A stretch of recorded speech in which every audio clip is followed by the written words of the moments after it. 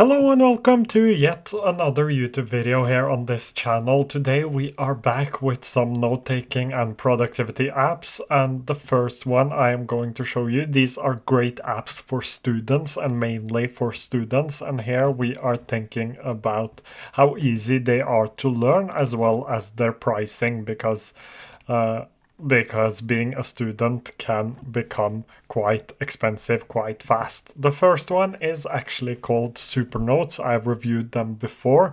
They evolve around cards and they are specifically made for students. Really easy to share with people who have the app. You can also link different things together, which is very good when you are a student because you can link different ideas together. Like here I have linked Nicholas Cole, which is the author of the book, to this book, and you can easily see where your different things are mentioned. So this is a great app for students. It is a little bit pricey. It costs around a little under $8 each month, but they have a 50% student discount, so you could get this for $4 each month, which is a great price for an app like this. You can also see your notes on the calendar, and when you took the notes, it has tasks as well, but tasks doesn't work too good inside of this app, or I haven't actually figured out how to use it yet.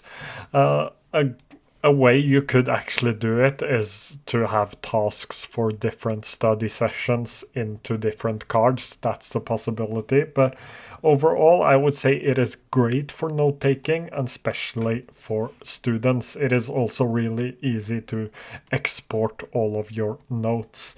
So this app is called Supernotes. The second app I'm going to show you, and this is probably my favorite because it is really easy to learn and it is a free all-in-one solution. So everything from tasks to note-taking to events you can have inside of the app, and it is really easy to use. It evolves around list and the app is called Twos. If you haven't used Twos yet, I suggest you give it a try. Everything is in different lists, and you could have your grocery list in here. I have my resources, so every note I have ever taken I have inside of here. And overall, a really easy to use app. You have your upcoming reminders. This is your events, and you can have all of your to-dos inside of here as well. Another way to do your to-dos is just by jumping into your daily page and creating a to-do inside of here. So let's say I take out the trash. That's the only to-do I can come up with. Take out the trash. Really easy to use, and it can be used for everything, and the best part is that it doesn't cost you anything. The next app I'm going to show you is actually Microsoft OneNote. I used to use this a lot, don't do it anymore, but this fits seamlessly into the Microsoft ecosystem, which I know a lot of students use. This is especially good if you are into maths or you're studying maths. Overall, the app is quite simple to learn and use, but the best part is that it fits seamlessly into the Microsoft ecosystem. It has dictation and it has to-dos. If you wanted to add to-dos, you can tag different things. It is such an underrated tool because it does quite a good job and it is free, and again fits seamlessly into everything else in the Microsoft ecosystem, whether that be Word, Microsoft To Do, or Outlook Calendar. You can actually send emails directly into your OneNote, and there are a lot of great videos on the different apps out there, so I won't go too in depth about every app, but this is also a great option, especially if you like the idea of notebooks and pages inside of notebooks. This is probably the easiest app you have and the easiest app to learn to use. Then we have Notion, and I am sort of divided on Notion because it is a great app. It is an all-in-one tool as well. So Twos and Notion are all-in-one tools, while Microsoft OneNote and Supernotes are mainly note-taking apps. But it takes a little while to learn it. The good thing is that there are a lot of great YouTube videos on this app that shows you, or on this platform that shows you how the app works, and you can create a beautiful looking space inside of Notion. I have a complex system inside of here, which I love, but I have stopped using Notion because I tend to do more customization than actual work. But if you wanted to, you could have your whole life into this, everything from your different tasks, your different events inside of the calendar. You could have your daily to-dos, your notes, just everything could be inside of Notion. That's why it is a great all-in-one tool, and that is why I chose to have it on this list, and it is free as well. They have a paid plan, but you'll get far along with the free plan as well. I have been on the free plan. I've actually never paid for Notion because I don't upload too many files into here, and that's mainly why you would up the tier from the free plan. So Notion, another great option for students. We also have Obsidian, and I would say that this is probably best for the students that do a lot of research and write complex papers, because it has great backlinking abilities, great tagging, and is overall one of the best note-taking apps out there. And it is also local first, so it saves all of your files on your computer or on your device, which is great because it is lightning fast and there is no privacy concerns with this. So this is a great option, free as well. You can pay for to get your notes on your phone as well, but there are other ways to do it. So syncing costs a little bit of money. I think it's around $8 or $10 each month. I will actually check that right now. So Obsidian Sync is actually $8 each month if billed yearly, and $10 each month if billed monthly. But there are workarounds so that you don't have to pay. Especially when you're a student, $8 a month can become a lot of money quite fast. But this is a great option, especially for those of you who write dense, long papers. I would recommend Obsidian. It has a graph view as well, and the graph view helps you visualize all of your different notes. And there are quite a lot of fun videos on this platform on YouTube on graphs that have developed over time, so that's kind of fun to look into.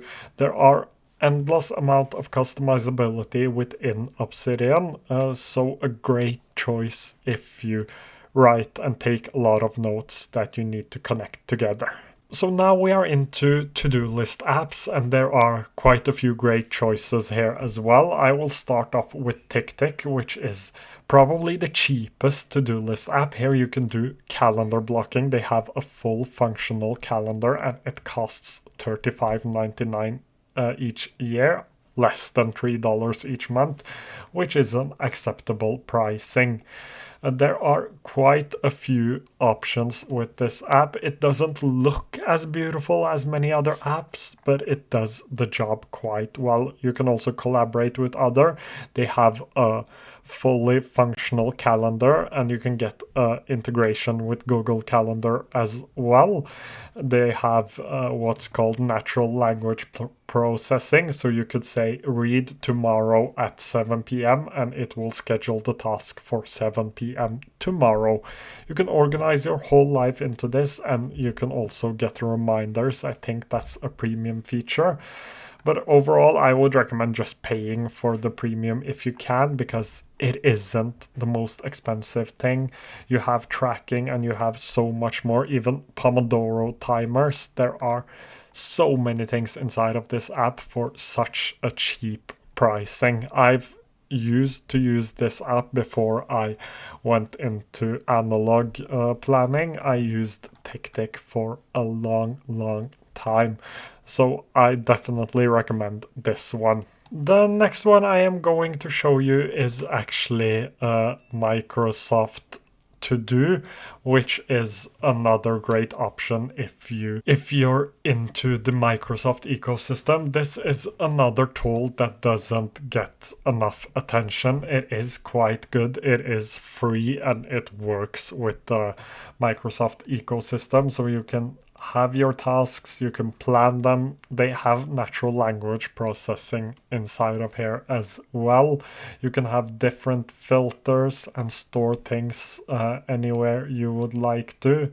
So a lot of great options with this app. There isn't too much to say about that. It is a good, easy to learn to-do list app. And if you have the Microsoft calendar app as well, you can actually do calendar blocking on a PC. I've done that a lot. So I've recorded my tasks and then I've jumped onto my computer and I have time blocked them by dragging them into my Google Calendar, which is now Outlook calendar, which is quite easy to do.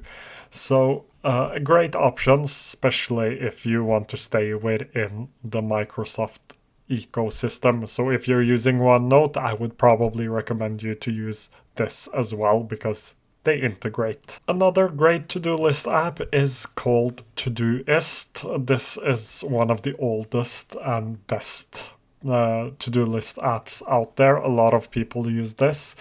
You can have projects inside of here. If you're on the free plan, you can have up to 5 projects. The pro plan isn't too expensive. It costs around $4 $3 each month if you pay for the yearly plan. I can actually show you in euros. So €4 each year or $4 each month. So €4 or $4 each month. It is easy to use app. It has natural language processing. It has integration with GCal as well. Simple to use, and it also has this karma feature, which is basically gamifying your productivity. Another great option if you just want a simple, easy to use to-do list app to record and do your to-dos. It has an inbox as well, which I love whenever a productivity app has an inbox. So this is called Todoist. So if you're into video games and RPG games, this is probably the best app out there. I know I was into gaming before and I still am. I waste way too much time playing LOL. Anyways, this is a great app if you're into gaming and gamifying your productivity. You can even share it with your friends and play together. So this gives you experience based on the task and to-dos you do. It is actually not too hard to use. The interface looks a little old, but you will get used to it quite fast. The mobile app is great and it works well on the PC or a computer as well. So this app is called Habitica and it was mainly used for habits, but it can be used as a to-do list as well. So you could do both. You could have your habits inside of here as well as your to-dos, and you could level up your character. So the last app I am going to show you. So the next app I'm going to show you is called Miro, and this is a mind mapping tool. It has a free plan. You don't need to pay for the paid plan or the premium plans if you are only using this for your studies, but you could take notes in here. You can create different mind maps inside of here. You could add different shapes. We used this a lot when I was studying, because I studied in the middle of the pandemic, and doing tasks with others in the middle of a pandemic over the internet isn't too easy. So we used this app a lot. A great app, a lot of opportunities with this one, and this especially for those of you who are into more visual note taking. I would recommend this because it is a mind mapping tool. I personally use Heptabase, but Heptabase is a little bit more on the pricier side. So we are not going to cover that in this video because I was a student and I didn't have too much money, so I am guessing a lot of people struggle with the same thing. A lot of great tutorials on this as well, but overall it is a very easy to use app. You can learn it quite quickly, and it is great for mind mapping bigger ideas and problem solving on a whiteboard. So if you want a whiteboarding app, Miro is probably the app for you. I have one bonus tool or bonus app for you, and this is ClickUp. They have a whiteboarding as well. They actually have everything you could ever wish for. But the problem with the app is that it gets a little slow if you put too much into it, and the note-taking capabilities isn't too good. So there aren't a great way to organize all of your different notes, but you could take notes inside of it. It has an inbox feature. It has goals as well, and you have this home dashboard where you can actually calendar block all of your different tasks inside of their calendar. This has a free plan. I am on the free plan. You don't need to, again, pay for the premium plans if you're just going to use this to study, but you could have your tasks inside of here as well as your notes. So this is actually a project manager, and this is probably the app I would recommend the least because it isn't the best for studying, but some people might enjoy having sort of a project management view of their studies and their different subjects. And if you are one of them, this is probably a good app to try out. They have a few automations as well, and it is a possibility. It isn't the best on this list, that's why it is just a bonus, but it is a possibility. As always, thank you so much for watching today's YouTube video. If you have any questions, please do leave them down below and I will try to get to them as soon as I can. Thank you so much for watching, and I hope to see you again quite soon.